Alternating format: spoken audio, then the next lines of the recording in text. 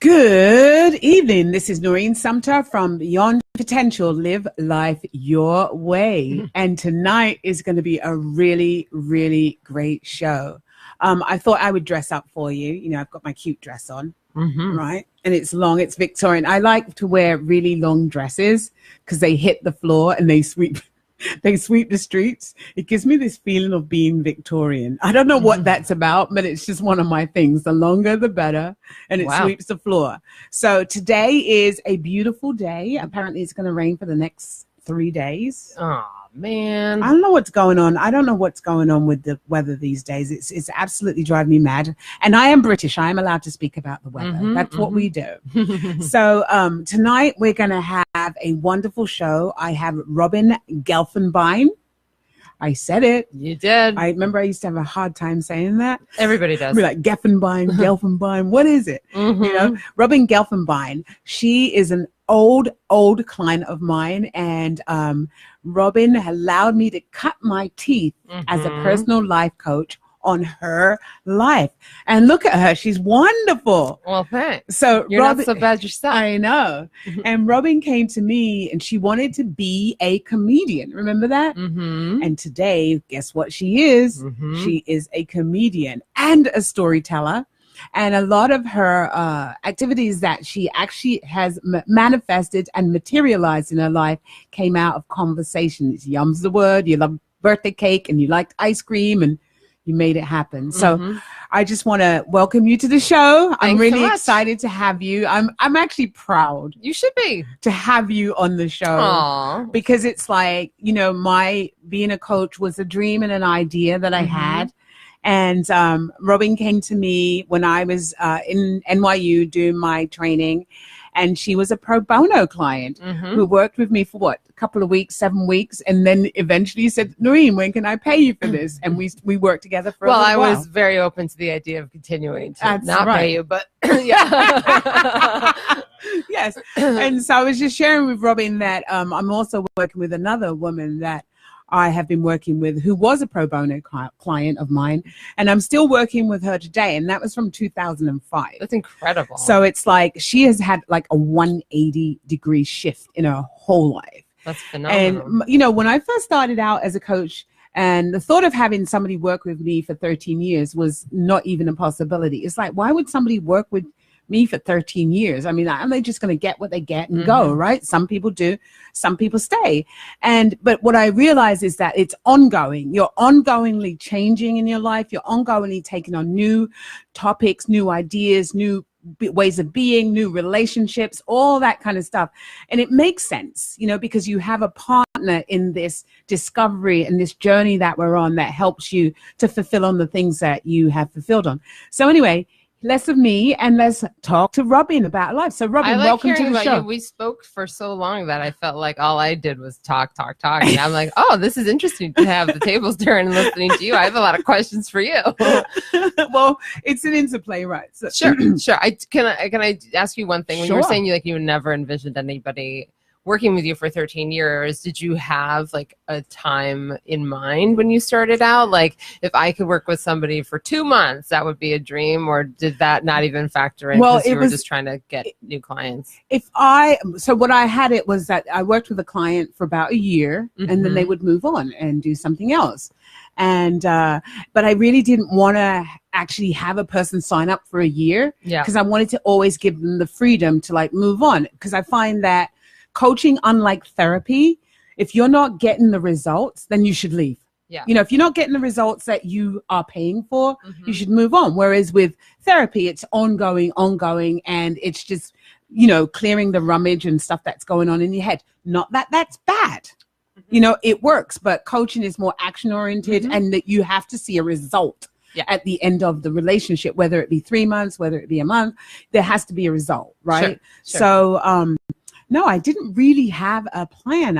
My job was to just learn as much. And how I knew I was learning was you were getting results. You were taking actions. You were facing the things that you came to me to say you want to work on, right? And so in working with a client for 13 years, you get to see like them. It's like having a child, really. I bet. You get to see them grow in ways that they didn't even know was possible. And like I always say, I never give my clients anything. What I help them to see is their own eyeballs. I help them to reflect on, to make commitments, to make promises to themselves, to have themselves be accountable, you know, and then take the steps to have the life that they want. And it's so awesome. And over the time with me coaching, I can say that my skills have gotten finer. Oh, I'm sure. And the results. If they didn't, I would be concerned. Oh, I'd be concerned too. Hang up the shingle, right? Yeah. And now people get results faster, deeper, and it's just great. And it's really nice when a client says, oh, well, we're getting to the end of the 3 months. Oh God, I need to re-up again. It's like, whoa. Yeah, because there's always, you know, we're always working, right? And it's just like, I love it. I love what I do. It's great. That's awesome. But anyway, let's talk about you. So tell me, just tell us a little bit. Tell us who you are, Robin. Tell the people who you are. Okay. Well, I am the self-proclaimed ambassador of fun. Right. And she's definitely my client because I am happy. You are very fun and happy. And that was a title I came up with a few years ago, shortly after I started doing Yum's the Word, which I'll explain in a minute. And I realized that I was creating all of these different types of content that were fun and were meant to be entertaining and funny. And that can range anywhere from doing very fun videos with my aunt, who's now 77 years old, and she's very funny, to telling my own stories on stage, which is one of my greatest joys and passions. I host a storytelling series called Yum's the Word that features my homemade ice cream cakes. And I play Mad Libs with the audience, and we celebrate people's birthdays, and I customize all the ice cream cakes based on what these And your cakes have gotten phenomenal, actually. Thanks. And you still make them yourself? Oh, every single month. Yes. Yeah. In fact, we had Tim Gunn on the show almost a year ago to the day, a year and a week ago. And I've later learned, is not a sweets person. And I had made an ice cream cake for him. I asked him what he wanted in it. And that night he took a bite and he said, Robin, this is positively orgasmic. I was like, can I quote you on that? And so Yum's the Word is really fun. And we have a podcast as well. And on the podcast, we feature 2 stories from every single episode. Excuse me, 2 stories on each episode. And then I feature some interstitial content, whether it's Auntie or now my niece Morgan, who's really funny. And it's a family affair. It is. Well, Auntie's the one who used to make ice cream cakes for us growing up. And so she sort of indirectly inspired this whole show because I realized that I was very passionate about storytelling and I would make ice cream cakes for people all the time. And you know, for friends. And then I would be like, oh, well, they're probably just like drunk and they just like, you know, but I mean, I knew they were good. And then I took it to a friend's birthday party in Brooklyn. This must have been in 2010. And people were, and I didn't know that many people there, and they were really responding to the ice cream cakes. And I thought, well, maybe there's something here. And so I decided to blend my 2 passions into this show. Yeah, but I remember that it was just an idea. I don't remember talking about it with you at all. You did. Yeah, I remember. Forgive me. I have no recollection but of that. That's my job to remember. When you wanted to, like you said, I want to do this thing, and it was called Yum's the Word. But I wasn't even doing storytelling. Yeah, but you were doing, because I even came to one of your events where you had ice cream cakes there. That's how long you've been doing this thing. This is how. Well, I've done it since 2011. But you were doing ice cream because I remember the conversation. But you know, in life, it's an iteration. It's a start. It's a little tiny step that we don't join the dots together until we actually see the whole thing coming through, right? Because I remember talking to you about Auntie. I remember talking to you about you just coming to me and saying, I want to be a comedian. What did that look like? We had to create that, right? Right. But one of the things I know for me, what you got your breakthrough was with Spike Lee. Like that conversation that you had to call him because he had said to call him. And you were like, you don't remember that? Right. No. I know what happened. Well, I mean, I'd worked with him. So I booked, I went on my second commercial audition, and it was a commercial that was being directed by Spike Lee. And I was like, what? This is terrifying. But I was very clever in the way that I went about getting. Is this after the fact? Because I remember you had to make calls. I booked that a month after 9/11. Okay. Literally, it was October 11th, 2001. And then this is where like the timing is sort of funny to me because I do remember you like getting on me to be like, call him. And so you were like, no. Because I had met somebody. No. I met this woman named Janine who was a copywriter there, and she was friends with my friend Judith. And so I went into their office at some point, and I was like, because you were like, I mean, even though I had a commercial agent, I was freelancing with them, and you said, well, if you want an agent, you got to go ask Spike Lee for it. And I was like, oh my God, this is so scary to me. But I mean, it worked for them. It was, you know. And you did it. Right. And that was when you had your breakthrough. Well, so then I went to Janine, and I was like, can I go talk to Spike? At least it wasn't so weird like I was coming in off the street. Like that would be creepy. And I went over to him and he was like, do you have your headshot? And I was like, no. And I felt such an unprofessional idiot. And so then I had to call back after. And then I felt so ridiculous. I'm like leaving this voicemail for Spike Lee. I'm like, hey, it's Robin. I played the crazy pregnant lady in that New York Knicks spot. And you told me to send you my resume and headshot and resume. And like, I did. This is like when you would like physically hand it over. And like, nothing ever came of it. But you did it. I know, but I was like, this feels ridiculous. And then fast forward, how long later you actually shoot a commercial with him? No, I shot a commercial with him first. Oh, okay. Sorry, my bad. That's okay. So that was 2001. It's a lot to remember, but anyway. It's okay. So what was it that had you wanting to be a comedian? Like, what was it? I was born. Like, I was always being a dork and a goofball at home, and I was always creating something. So whether I was making up dance routines with my sisters, or I would make my own coloring books all the time. I loved Shrinky Dinks. That was really fun. But I was always creating something. We'd be like, my sisters said not that long ago, they're like, you're like a director. And they said, you would, like make us do this and make us play house and make us play school and make us like do roller skating routines. Yeah. Make them do that. They did it because they loved it. I think so. I think I was being fun and silly back in the day. I had clear vision on what I wanted to do, but I always felt that I loved making people laugh. It brought me a lot of joy, and I still like it, even if it's something so small. If I can make somebody smile, it totally warms my heart. Right. Because a lot of times what I do is if like I go to a coffee shop and they ask for my name, and I'll say, what's your name? Nobody asks them. Right. Nobody and they're does. Always like, oh, Brittany or whatever. And they're like, and then it opens them up immediately. Yeah. So we're going to come right back. We're going to take a break and we'll be right back.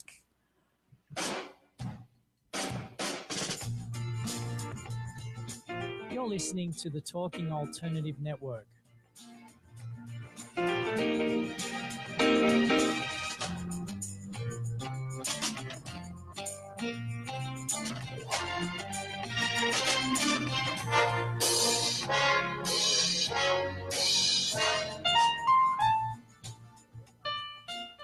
You're listening to the Talking Alternative Network. Are you stuck in a rut? Negative thoughts, feelings, and conversations got you down? Hi, I'm Noreen Sumpter, the Potentiator. Tune in every Tuesday at 9 to 10 p.m. Eastern Time and listen for new ideas on my show, Beyond Potential, Live Life Your Way, on talkradio.nyc. Who do you want to connect with? Are you an entrepreneur or intrapreneur looking to build your following? Welcome to our show. Follow Me Friday with Joan and Priya. Tune in every Friday at noon Eastern on talkradio.nyc. We're your digital connectors. Woo woo!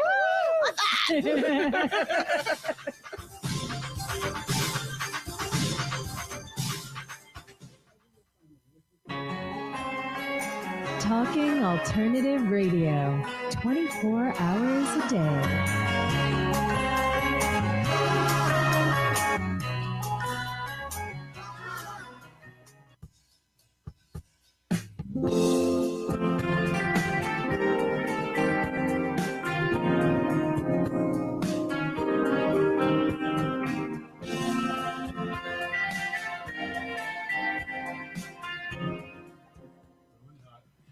This is Noreen Sumpter from Beyond Potential, Live Life Your Way, and we're back with Robin Gelfenbein from Yums the Word. Mm-hmm. All right, tell us about Yums the Word.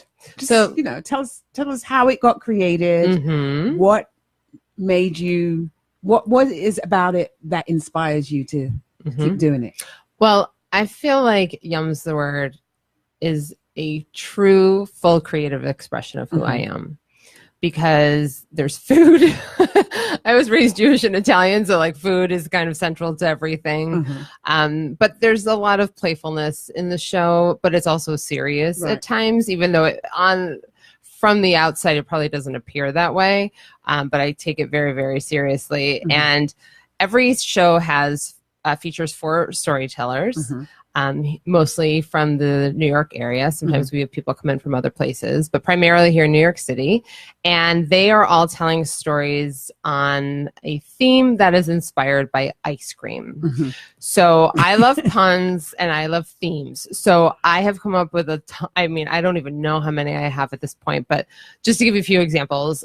So we'll do themes like Rocky Road, stories of danger, Chubby Hubby. We have married couples telling stories about each other. My favorite theme to do, which we've only done twice in almost 7 years, is Mr. Softy awkward sex stories. Is that the one where Tim Gunn? There's something about in one of your write-up where Tim Gunn says something about mature penises. He talks about matronly penises. Okay, that's it. Those were the first words out of his mouth when he was on the show last year, and that was inspired by matronly penises. What is a matronly penis? What's not a matronly penis? Okay. No, so we play Mad Libs at the show, and so I am constantly calling out to the audience for different parts of speech. And the Mad Libs story that was read that night happened to have matronly penises right next to each other as part of the Mad Libs story. Okay. And that was what inspired him to talk about matronly penises. I think he said the first thing he said was, as soon as he hit the stage, he said, "I've seen more than my share of matronly penises." Because I saw that and was like, matronly, is that like an old penis? What is that? It could be. Yeah. I guess it's whatever he wanted to be. A little more fragile, maybe. I don't know. We didn't probe. Okay. So to speak. Anyway, so then there's the 4 storytellers. I play Mad Libs with the audience, and then I'm asking for different parts of speech, and if I choose your word, then you'll get some kind of nostalgic candy. So we've given out like candy cigarettes or those little wax bottles. I like to do, so the show is called Yums the Word, but every fall, I've done for the past 3 years, Yoms the Word, and it's a night of Jewish storytellers. Okay. And sometimes around like the Jewish holidays, we'll give out bit of honey because honey represents having a sweet new year. Okay. So it's just like, it's very fun. And then at the end, and I usually show an auntie video at the beginning. And my aunt is the woman who inspired me to kind of create the show, and she was the one who taught me how to make ice cream cakes. And and the ice cream cakes are served at the very end. We sing happy birthday to all the birthday guests, and there's anywhere from like 3 to 5 birthday guests per show. And so the way it works for your listeners, if they want to come see the show, the next one's June 20th. You can plug it. Yeah, the next one's June 21st. And all you need to do is, well, first of all, come to that one because it'll be fun. But the month before your birthday, if you come to the show, I ask for birthdays for the following month, and then you get to choose all the flavors of one of the ice cream cakes, see the show for free, get reserved seating, and then you're part of the show. Oh, so it's a really fun way to celebrate your birthday because nobody... Plug the website for that. So it's yumsthewordShow.com, and we're all over what I call ice cream social at Yums the Word Show. So Twitter, Facebook, Instagram, YouTube, Tumblr, Snapchat. I got it all covered. That's right. And she's very, very diligent about that. You are one of the people that I know that, like, how big is your mailing list now? For my, well, it's funny because I wasn't sending out very much for my personal stuff. I just sent something out yesterday because I was promoting being on PBS last night. That list is probably like 1,200. For Yums, it's a little bit shy of that. Yeah. So, but I do it all organically. I don't do paid lists. Right. It's like people sign up at the show or they'll come to the site through different sources. Like there was just this whole GDPR thing. Do you know about this? Yes. And so I looked to see if we had anybody in the EU on our mailing list. Right. And like, surprisingly, there are people listening in Germany and, you know, in Israel. I was like, how are these people finding us? So it's kind of, the web Maybe is they sort like of crazy. ice cream cake. Maybe, but if they're coming via the podcast, then I don't. It's weird because there's no ice cream cake as part of the podcast. So what do you like want for your like? Okay, so you start. This is very organic. This show, I don't script it. Yeah, you know, that's fine. So you're doing everything that you want to do in comedy. Where do you want to see your comedy career go? So I'm working on a screenplay about my experience driving the Oscar Mayer Wiener-mobile. Right, exactly. Which is Oscar Mayer Wiener-mobile. And this woman has a lot of Wiener-mobile songs. I have a couple of Wiener-mobile songs. I have a lot of Wiener-mobile stories. Okay. And again, like with food, I'm just like, all I do is create shows around food and comedy, which are, you know, two Do you know I've really never seen the wonderful things. Wiener-mobile? You I've haven't? never seen it. Oh, I wish I'd known. I mean, I know you just, give me a they Wiener were at whistle. They were at my show in May. They were? They love you. I finagled the bagel. So tell us the story a little bit, just briefly, about how you got to drive the Wiener-mobile. Well, you can see. And this is an actual career. Well, for a year. For a year. Yeah. Go ahead. So if you watch my story that just aired on PBS last night, you'll see the full-blown story of how I got the job. But they came to campus recruiting for hot doggers who are their spokespeople for the Wiener-mobile. And I was surprised because it's a really, really serious job. Right.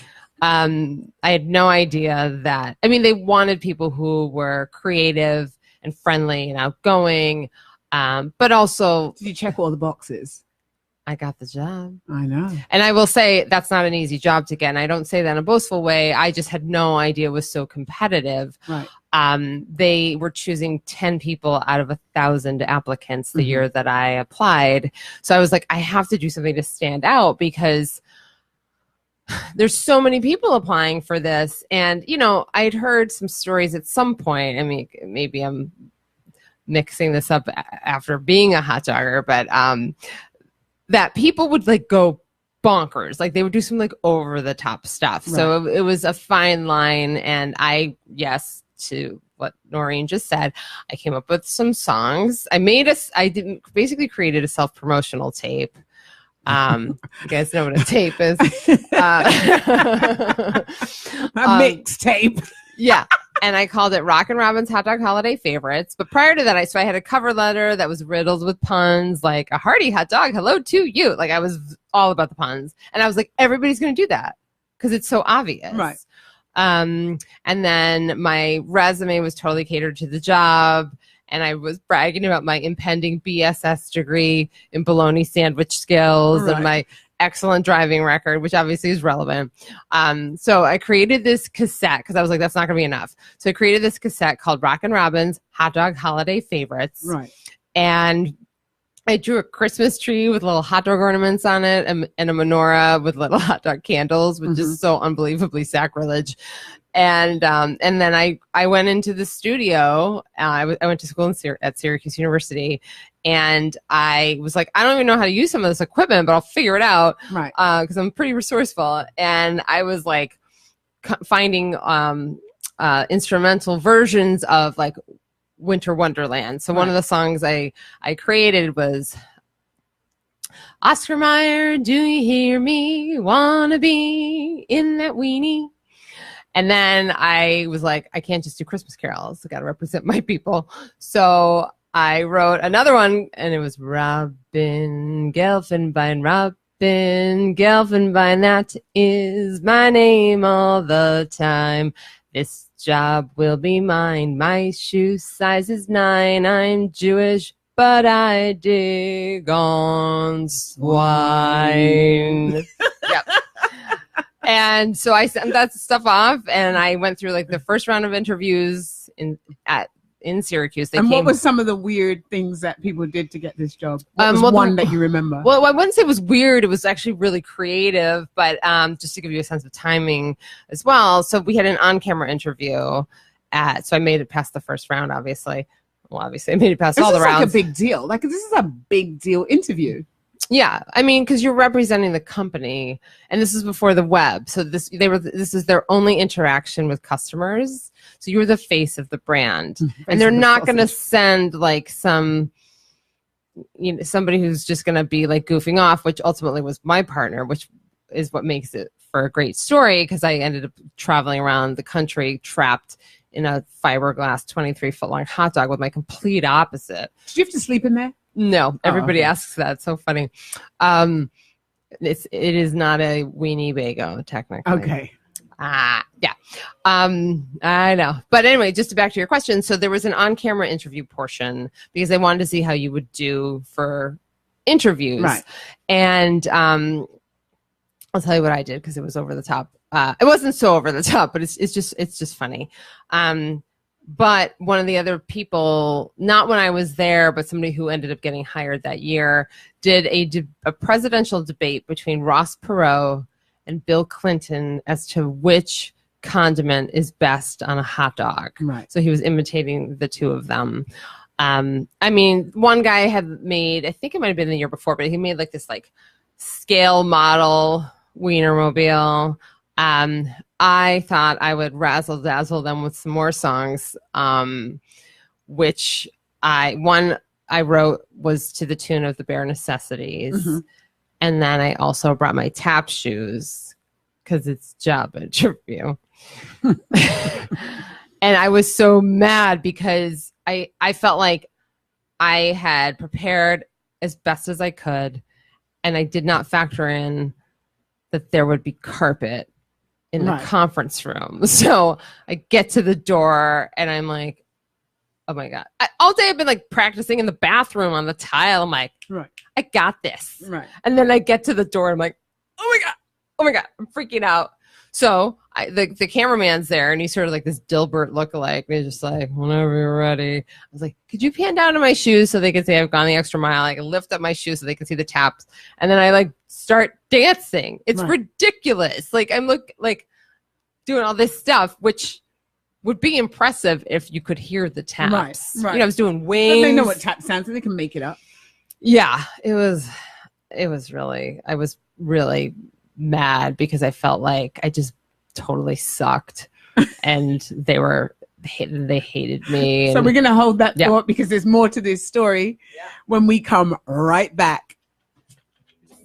You're listening to the Talking Alternative Network.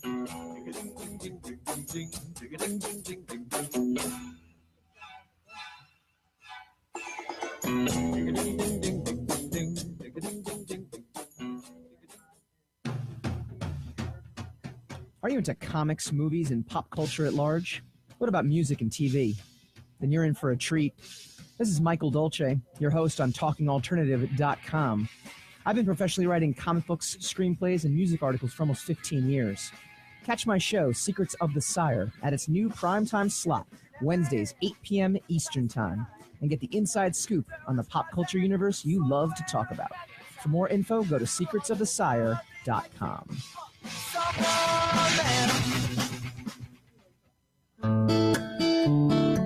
Are you feeling unhappy with your body, shape, or size? Ever feel out of control with food? I'm Elizabeth Tripp, your host of Nourish the Soul. Join me to uncover the root to these imbalances and discover a permanent solution to living a healthy life. Join us every Wednesday at my new time, 7 p.m. Eastern Standard Time on talkradio.nyc.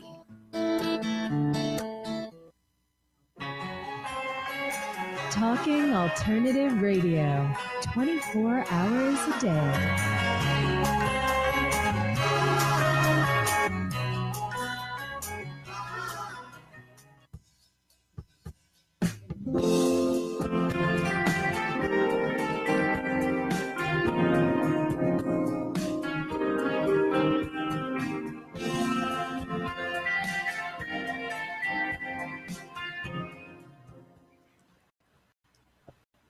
Right. So we're back. This is Noreen Sumpter from Beyond Potential, Live Life Your Way, and we're listening to Robin Gelfenbein talk about her experiences with the Wiener-mobile, and that is Oscar Mayer Wiener-mobile. That's right. So tell us, you're at the interview.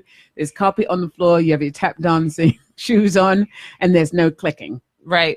And I like stick the landing. You know, I'm like, wah, you know. Right. And I get no response from this guy. And I just thought, you should be impressed. Like, can I get a tiny bit of applause? But there was nothing. Right. So, I mean, now I understand. I mean, he's watching 40 candidates do all these crazy shenanigans in front of him. Of course, he's going to be like, all right, next. So, but then you'd think I would stop there. But I was not. I was very, very determined. And the guy who I had to impress the most was the Wiener-mobile manager, and AKA Top Dog, Russ. And he was like a former Army sergeant, really stern. He breathed like Darth Vader for some strange reason. And I get to his door and he's like, you know, greets me. I'm sitting as close as you and I are sitting right now, which is mere inches. And he asks me a series of questions, which of course I answer. And then I ask him some questions, including, did you have a chance to listen to my Wiener-mobile demo? Because I thought very highly of Rockin' Robin's Hot Dog Holiday Favorites. Do you still have that? No, I was so mad because I, as you know, like I created a whole solo show about driving the Wiener-mobile, and I contacted Russ and I was like, do you guys happen to have it? I thought for sure I had made a copy, and I'm fairly certain I did. I looked all over my parents' house, could not find it. And Russ did look for it at Oscar Mayer headquarters because they did hold on to that stuff for a while, and he couldn't find it. And I so wish it had turned up, because to have that audio, it's priceless.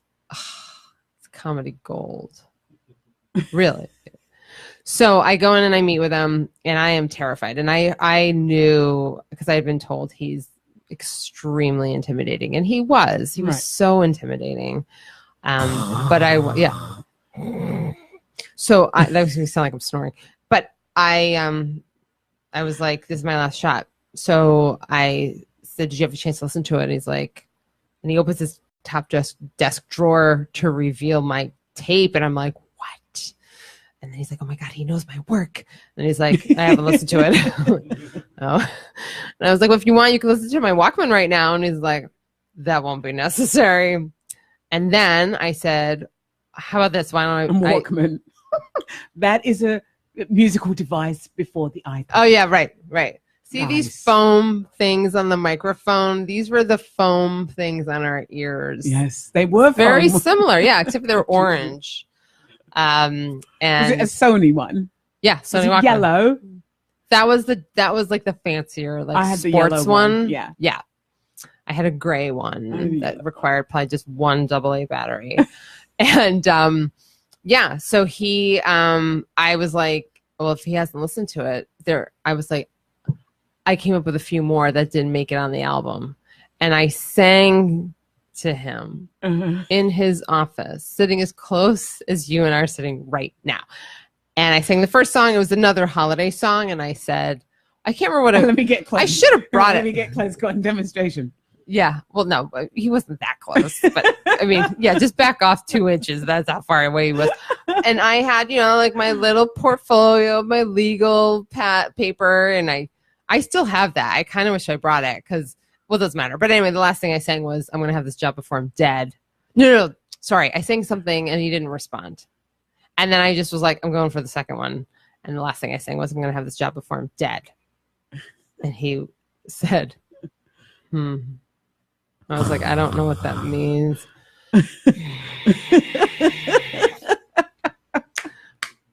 And I like flew home, cried the entire way. I was like, they all hate me. I made such an ass out of myself. And it was a time when like the economy was in the toilet, and I just was like so upset. And I just was like, forget it. And then, but what do you know now?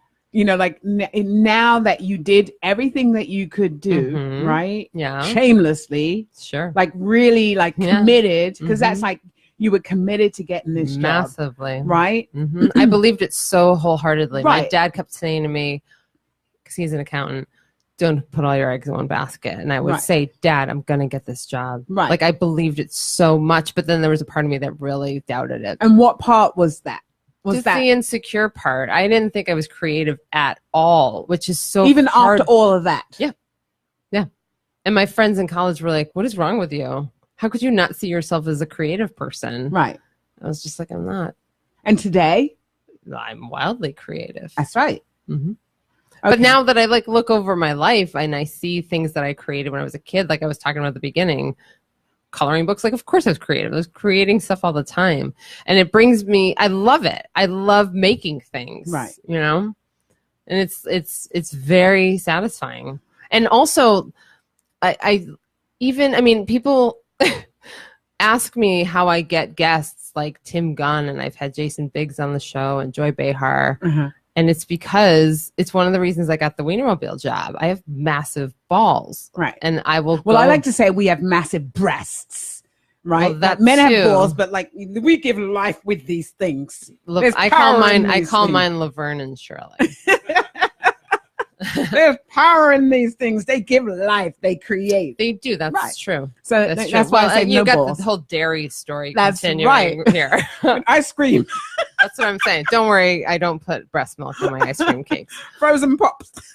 I don't even want to go there. I wouldn't want to eat that. But yeah, I mean, I met Tim Gunn on the street. And I met Joy Behar by going to a show and talking with her beforehand. And I just made the request. Yeah. And I do it in a way that's just not pushy. You know, I try to make it about them. The ice cream cakes are always a good hook. People are like, what? They're so intrigued by it. But it's specifically ice cream cakes. Like nobody does what I do. Right. So it's unusual. Well, you don't really see ice cream cakes anymore, to be quite honest. I haven't seen one in a good while. Yeah. And what I make is unlike anything you've ever experienced. But what if you're lactose intolerant? I have lactate pills at every show. Every single show. It's on my card even. It says lactate pills at every show. That's awesome. Yeah. Yeah. I've made gluten-free cakes. I've made dairy-free cakes. Yeah. Full service. There you go. And sometimes so each cake has 2 layers of ice cream. And that's up to the birthday guest unless they want to leave it in my capable hands. And they'll say, surprise me, which is fun for me. And my favorite flavor base is to put donuts as a layer. Yeah. I've made candied bacon, maple bacon ice cream. Yeah. They're very intricate. Very creative. So tell us about... and we name the cakes too. Oh, you name them? Okay. Give us a name. One of my favorites is whenever... well, 2. There's if I do like a mint Oreo one, I like to say... We change it all the time. I mean, I can't believe I've come up with so many names over 7 years. We crowdsource them too, but mint Oreo Speedwagon. Okay. I did a salted caramel truffle ice cream a few years ago, and the name of that one, which I did not come up with, but another former hot dogger did, was Nobody Knows the Truffles Ice Cream. Oh my God. He's really good at puns. Really good at puns. What else? I mean, this one, sometimes they're dirty. Okay, do a dirty one. If there's one with caramel, I'll do like caramel toe. Yeah. Caramel toe. Yeah, I don't hold back on any of this stuff. That's good. I like my more favorite ones recently have been if somebody asks for like crushed pretzels or anything like that. So like a few years ago, remember when Chris Christie got knocked out of he was like really vying to be Trump's running mate. And so we did one that had Chubby Hubby ice cream and I forgot what else, but there's pretzels in that. And so we called it Chris Christie's crushed pretzel dental dreams. Oh, yeah. That's a good one. Yeah. Yeah. So they're very punny, funny. And present. Yeah. We try to keep it current. That's right. You got to do it. Okay, so tell me, you're on the plane, you're home now. How long before you find out the results of the? I think it was a good month because, again, like this was really before the web, so I had to wait for a phone call. Meanwhile, I was getting other rejection letters from like Bugle Boy Jeans. You remember Bugle Boy Jeans? I mean, and the economy was in such disarray. Yeah, that I was going after anything, but my heart was really in a hot dog. I've never actually said that. Your heart was in a hot dog. I've never said that. So what was it like? What was it like that moment that you get the call from the Wiener? I mean, I cried. I screamed. I was truly blown away. I couldn't believe it. And you could believe it, but you couldn't believe it, but you could believe it. It was like a dream come true. Yeah, but I honestly, like, I was so down in the dumps. Like, I really couldn't believe it. And it's interesting because so Russ came to see the solo show when the Wiener-mobile solo show.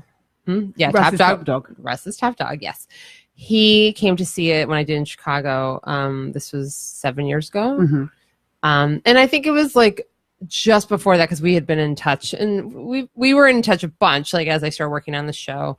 I adore him. He was a really wonderful boss. I mean, tough, very, very tough, but he had to be. He had these like 22-year-olds driving around on these $1 million vehicles all over the country and not really being able to monitor them like they can now. Like there's GPS and there's social media. Like then it was just like, if somebody maybe happens to have a disposable camera in their car that they're like, you just didn't have the same ability to communicate. And anyway, this really blew me away, even like so many years later. And he told me that I was their top choice. And that just like leveled me. Well, all that hard work. Yeah. So what was I think I learned later, I'm like, oh, people don't work as hard. It's kind of hard to believe. I mean, I was always around a lot of overachievers too. So like at Syracuse, I was in the Newhouse School, which is their communications school. And then being with Hot Doggers, they're all overachievers with the exception. And Jason, I love you, with the exception of Jason, my partner. He was Jason told me he just wanted to travel and get laid when he got the job. And did he? Oh, yes. Was he good looking? Not to me, but I could see why women would be interested in him. I was like, he is my coworker. We are professionals. I am not hooking up with him. And my sister was like, he's hot. How are you resisting this? I was like, ew. To me, he was not my type at all. And because I worked so hard to get that job, then I was like, I'm not. Wiener was your type. Yeah. I aim higher, bigger. Yeah. All right. So we're going to take a break and we'll be right back. You're listening to the Talking Alternative Network.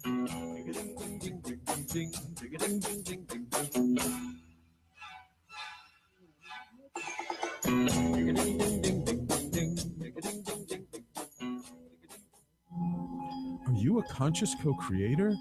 Are you on a quest to raise your vibration and your consciousness? I'm Sam Leibowitz, your conscious consultant, and on my show, The Conscious Consultant Hour, Awakening Humanity, we will touch upon all these topics and more. Listen live at our new time on Thursdays at 12 noon Eastern Time. That's The Conscious Consultant Hour, Awakening Humanity, Thursdays, 12 noon on talkradio.nyc.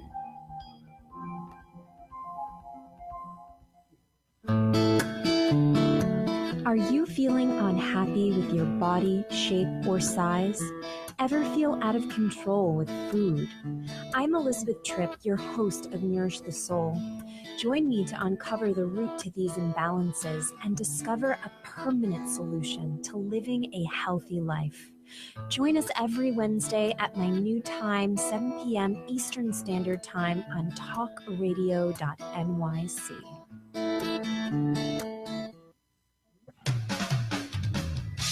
TalkingAlternative.com.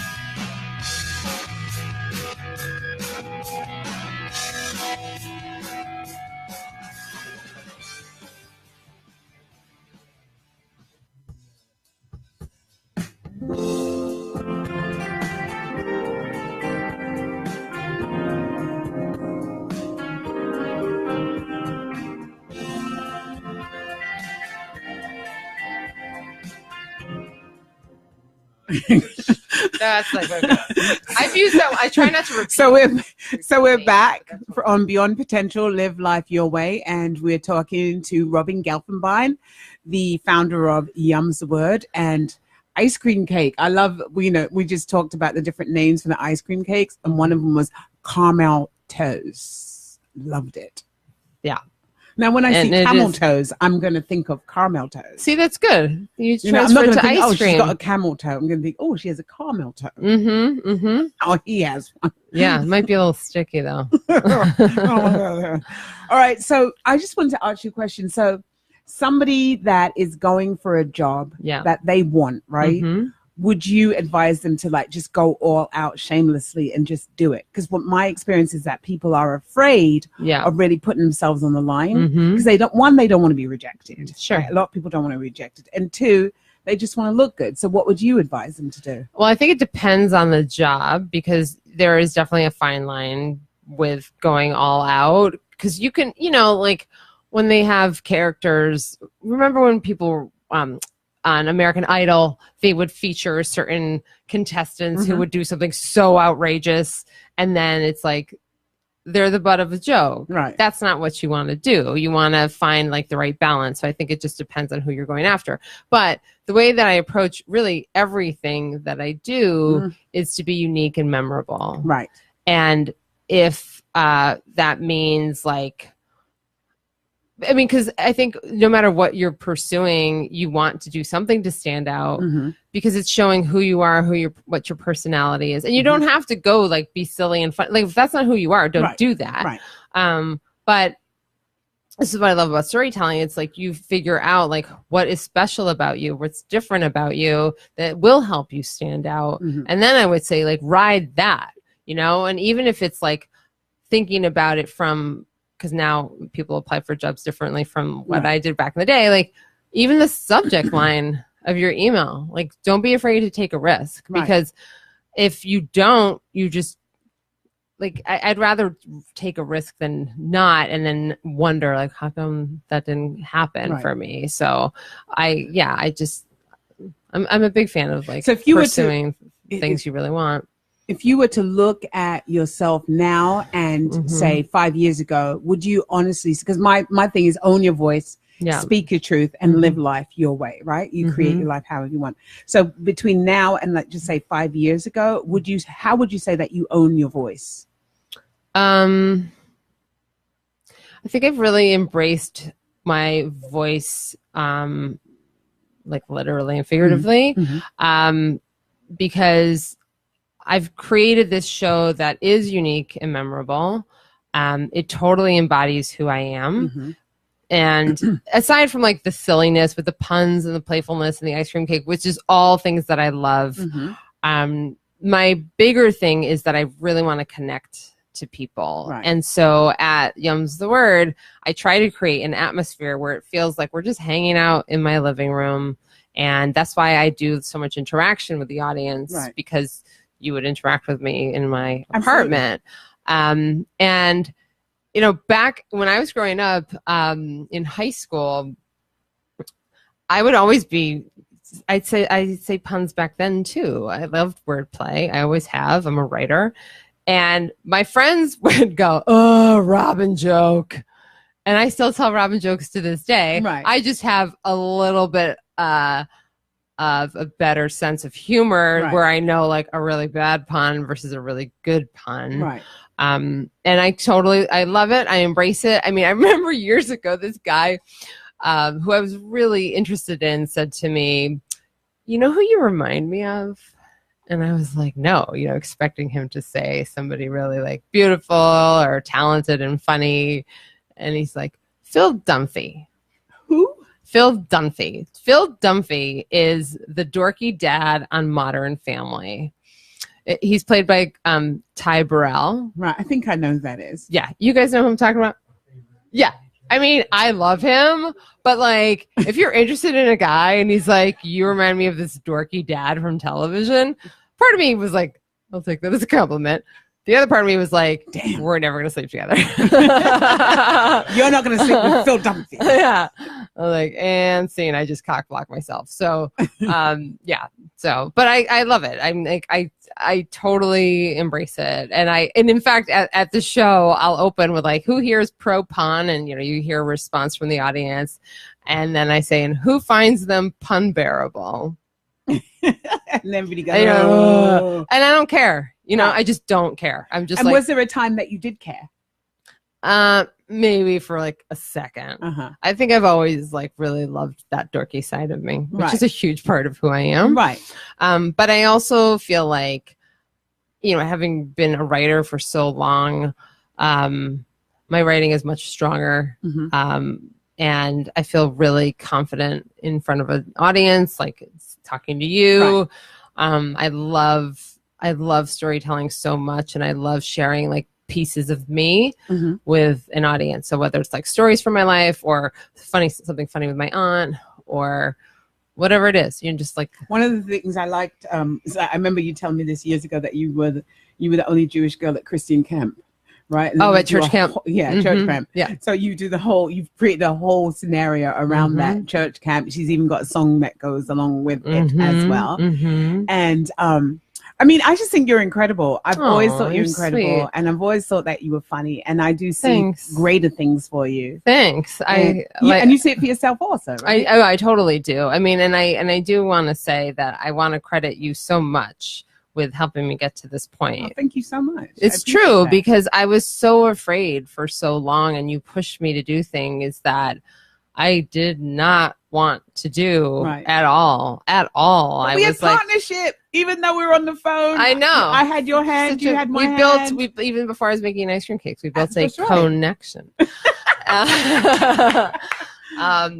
And yeah, I think about that a lot. Not a lot now, but back then, I even have this, can I swear? Sure.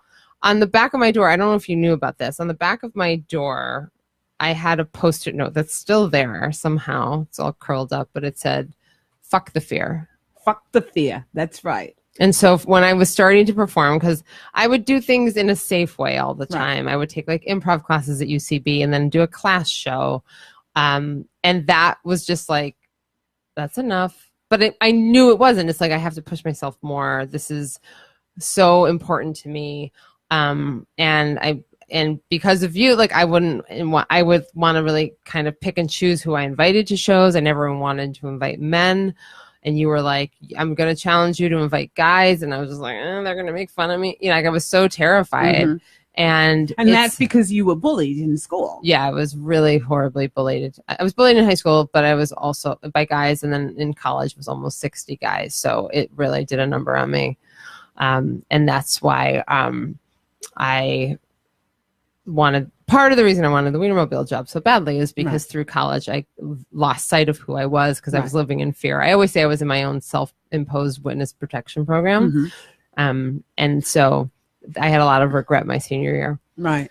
I want to say that like with you have a lot of humor. Yes. To your self-expression is humorous. But like my mother is Caribbean. She used to say, what is joke to you is death to me. So like it's kind of like you're saying these things in joke, but really like it helps you to release the pain of what you're dealing with. And that takes power. That takes being vulnerable. And you're opening up, even with the ice cream jokes and the puns, you're opening up space for other people to really take on being themselves. And even this conversation today, it's like, from whence you've come, right? You didn't show up here, right? You've taken on your life and you're taking it on bigger. And I remember we created this conversation that we want to get you on the Ellen DeGeneres show. That's so funny. And I still see that happening. I can see that. You can see it, right? You can see it now. Before it was like, Well, I think it's also because I've worked with so many celebrities at this point, and I'm just like, yeah, sure. Right. And when you first came, you wanted to be a comedian, but you wanted somebody else to dictate how. But now you're creating your own thing. So, which I think is the only way you can do it, frankly, because there's all the tools are there for you too, with like YouTube and Instagram stories and just like social. There's just so much access. So, what would you say to somebody that is wanting to do something that they know in their spirit that they can do, but they're afraid to take the steps? What would you say to them today? I would say be clear on what you want. Take like one small step every single day, getting towards that goal. Maybe declare it on social so that it makes you accountable. Absolutely. And just as much as you can, just try. Right. You learn by trying things. Take a risk. Like, yeah. I mean, when I started doing Yum's the Word, I did it in one way. And then I was like, that's not working. Let me try this. Let me try this. Let me try this.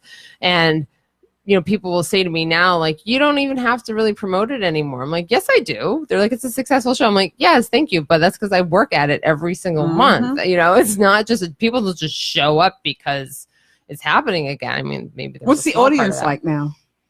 In terms of like the makeup of the audience, it's fun. I mean, last week it was really exciting. We were listed as 3 things you need to know on May 22nd. We were number 2 on that list, and so we had a ton of people come as a result of that. So I would say our audiences range from like 20s to 50s, and it's all different kinds of people. Yeah, I saw that. Yeah, yeah, and I mean, part of that is like, you know, producing a solid show and a reliable show. And the other part of it is just me nurturing my relationships with my contact over at Time Out and just getting to, you know, word getting out about it as well. And being like professional. Having so just plug quickly because we have to sign off. But so just plug your email where people can reach you, you know, that kind of thing. Yeah. So for Yum's the Word, you can find us at yumsthewordshow.com and all over social at Yum's the Word Show. We have a podcast by the same name. And Tim Yum, YUM''S. That's right. Yum's the Word, right? Show. I teach storytelling workshops. If you're interested in storytelling, I do keynote speaking and I like to give speeches or do public speaking. You can also find me at robingelfenbein.com. I was just in a commercial that I showed Noreen before we started. And my story was on PBS last night. So all that good stuff. I'm on social too, Robin Gelfenbein. Cool. Robin, I could talk to you all day. Totes. But we have now to end the show. And so we're just going to say goodbye. Bye. Bye. Jazz hands. Bye, everyone. See you next week. Bye. You're listening to the Talking Alternative Network.